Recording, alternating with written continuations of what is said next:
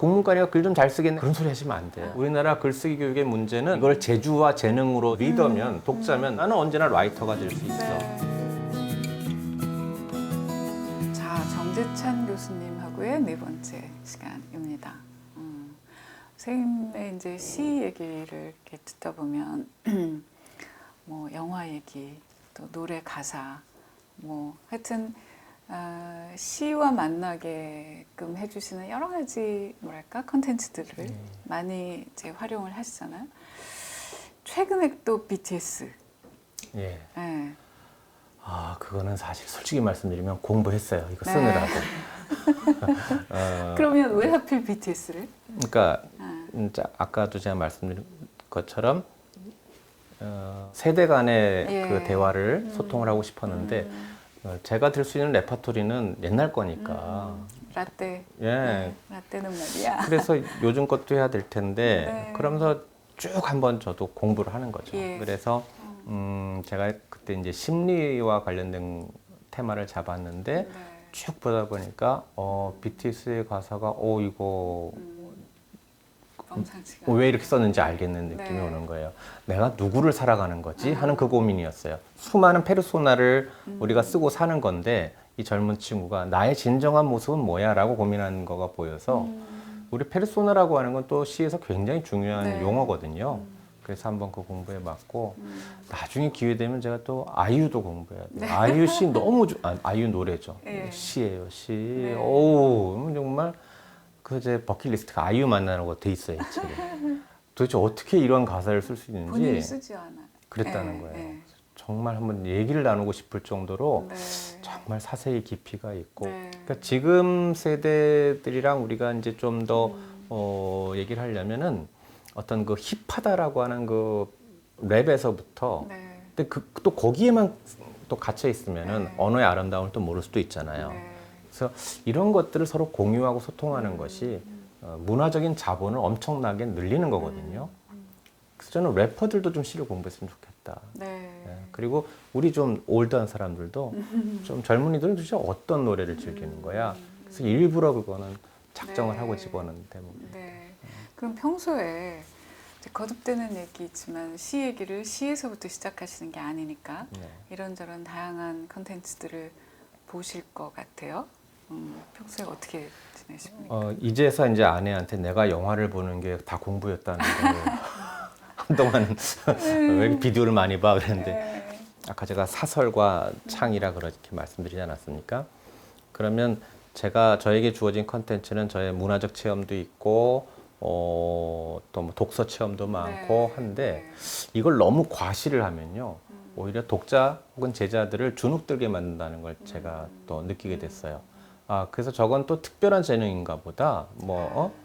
그래서 제가 어떻게 이제 수업 시간에 얘기해 줬냐면은 제가 쓴 과정을 정말 있는 그대로 한번 열어준 적이 있어요. 처음에 선생님은 여기서 여기까지만 사실 생각했다.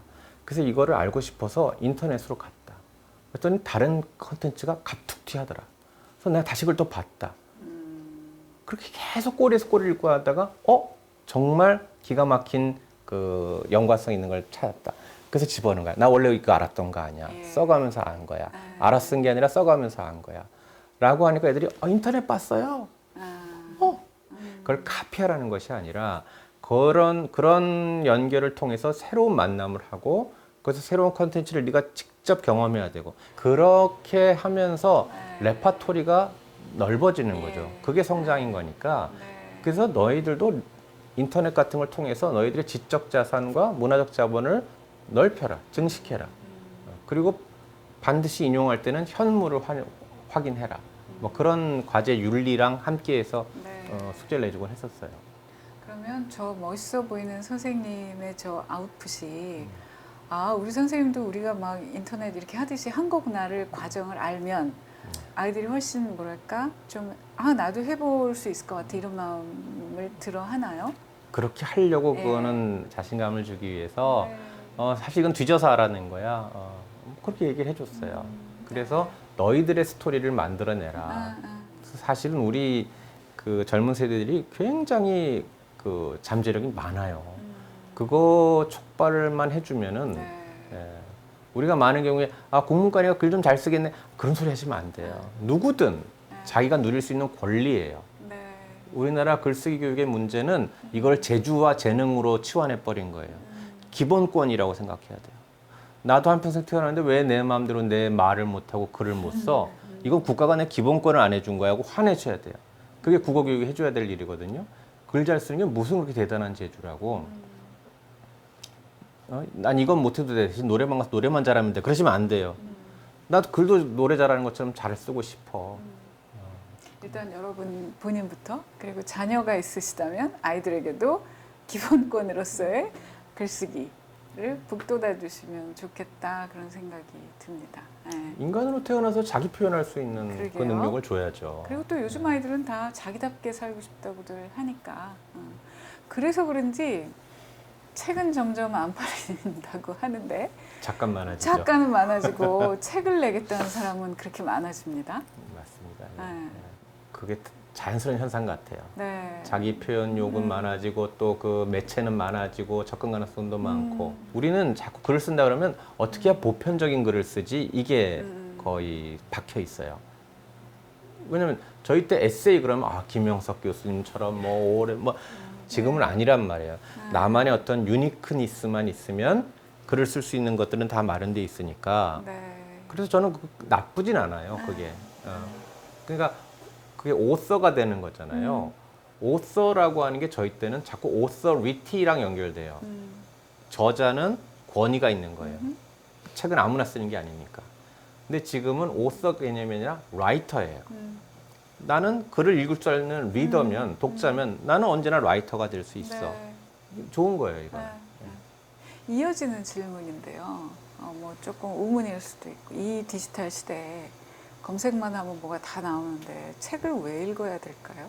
제가 책을 많이 읽은 사람 아니에요.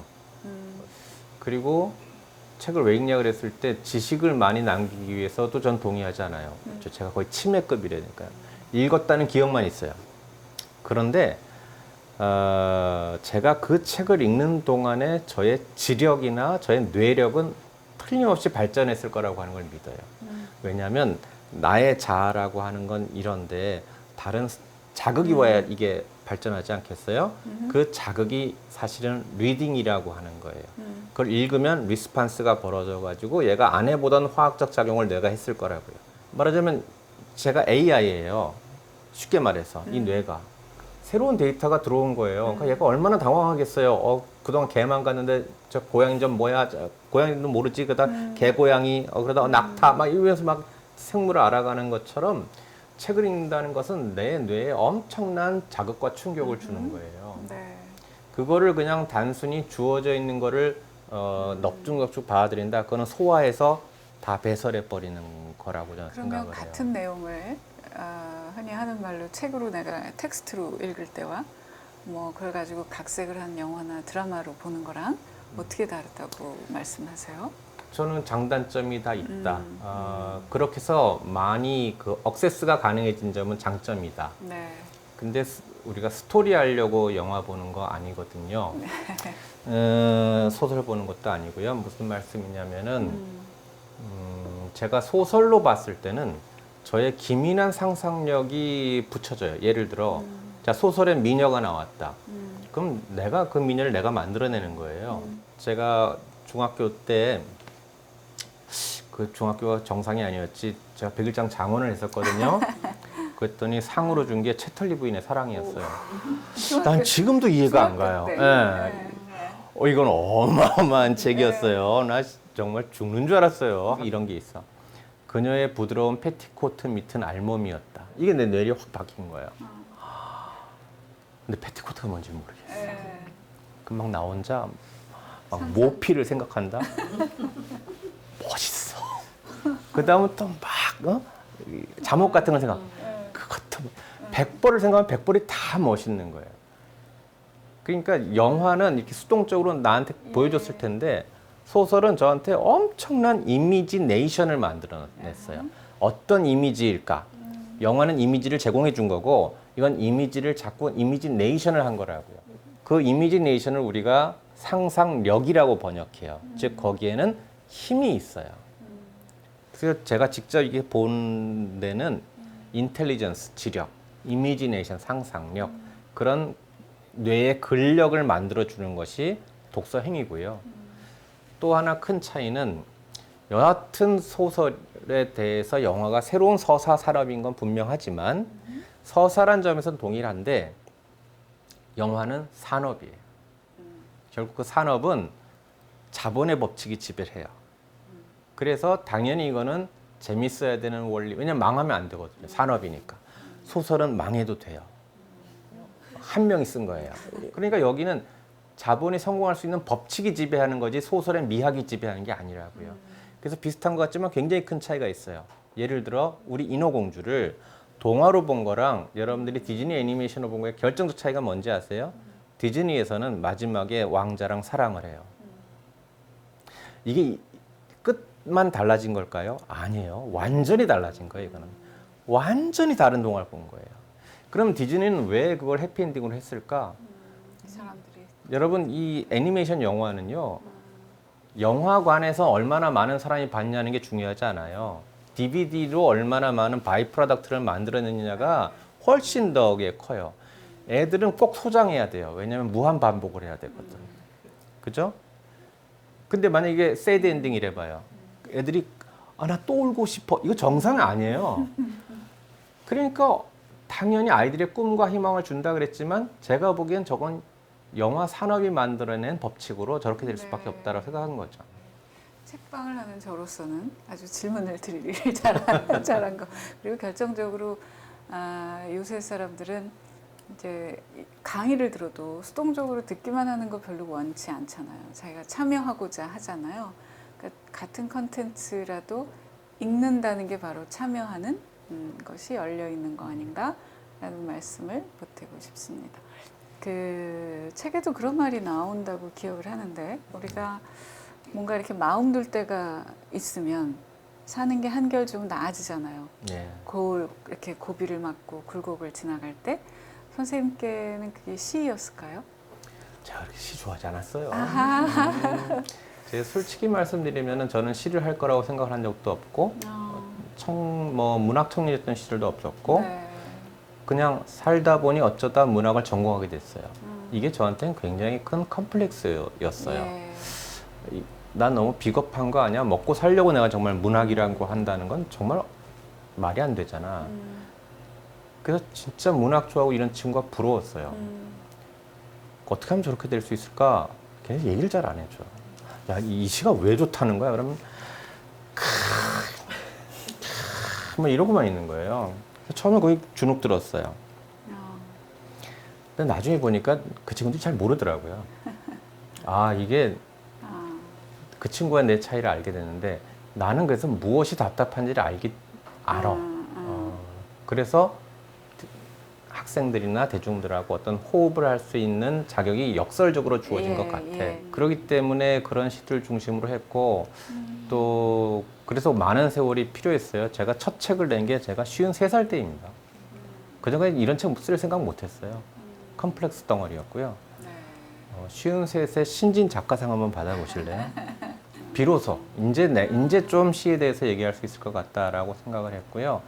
그러다 보니까 제 마음 속에서 아까 그 대표님 말씀하신 거랑 비슷한데 내가 이런 역할을 하게 될 줄 몰랐다는 거에 대해서 엄청난 희열이 오기 시작했어요.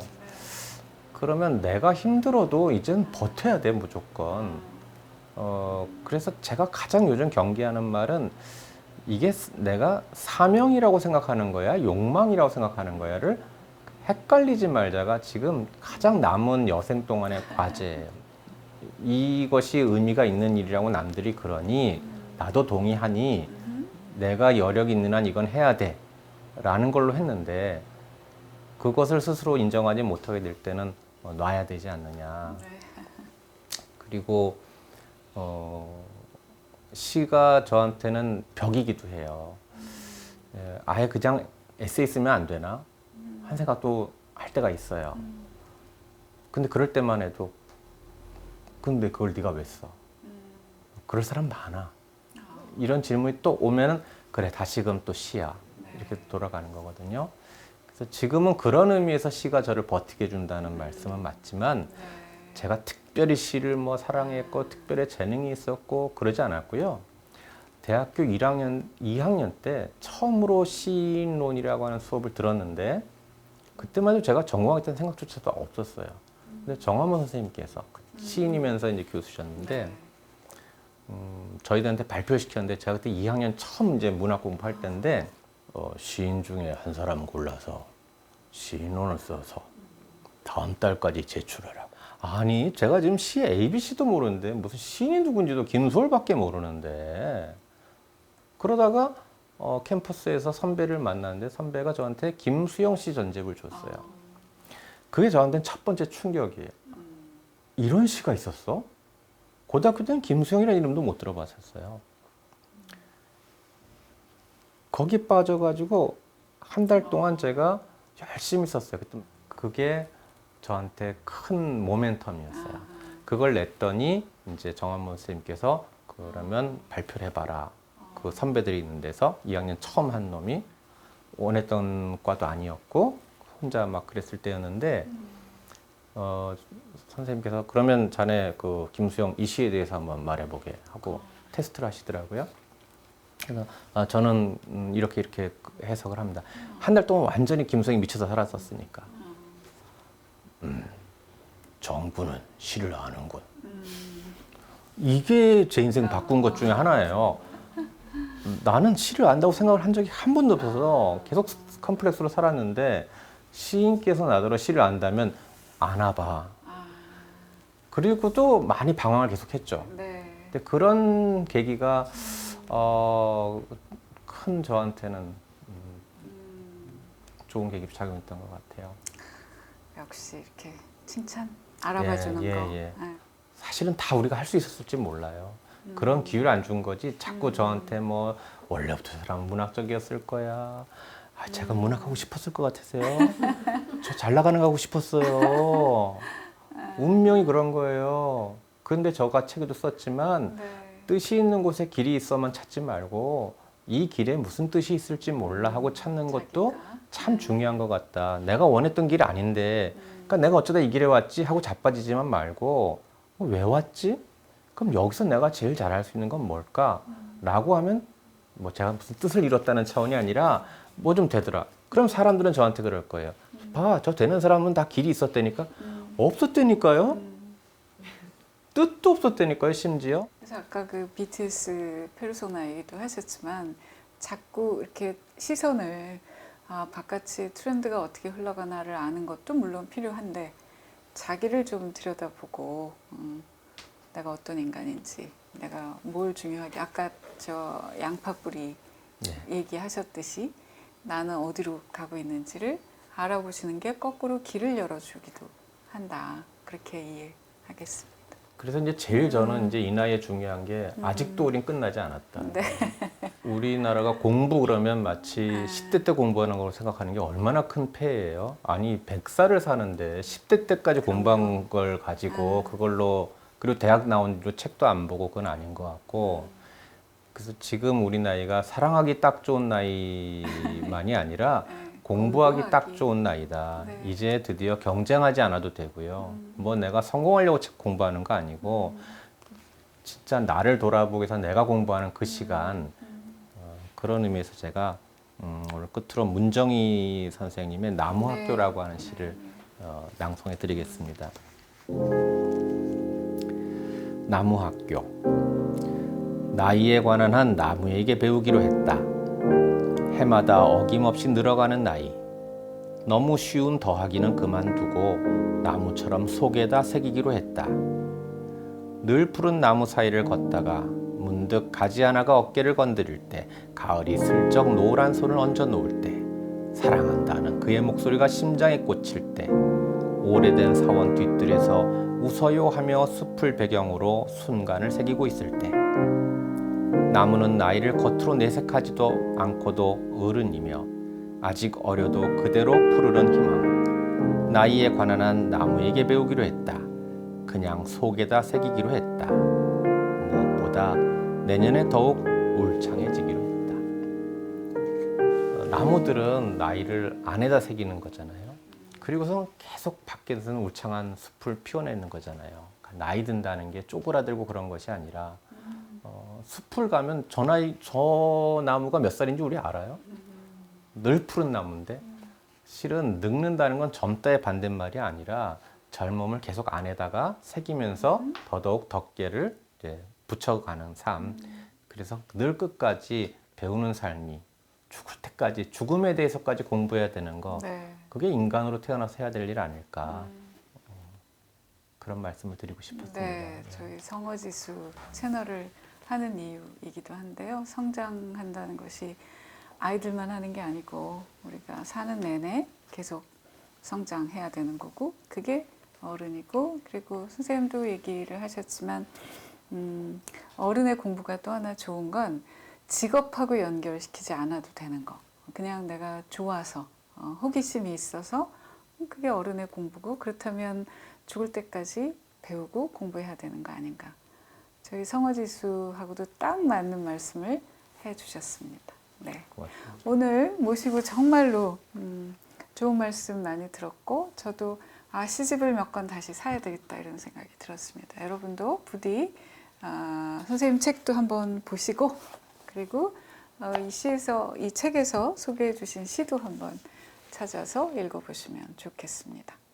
자, 좋아요, 구독 눌러주시고 저희는 다음 회에 또 어른들의 삶에 도움이 되는 좋은 컨텐츠 이야기를 나누겠습니다. 여러분 감사합니다. 네, 고맙습니다. 선생님 고맙습니다. 고맙습니다.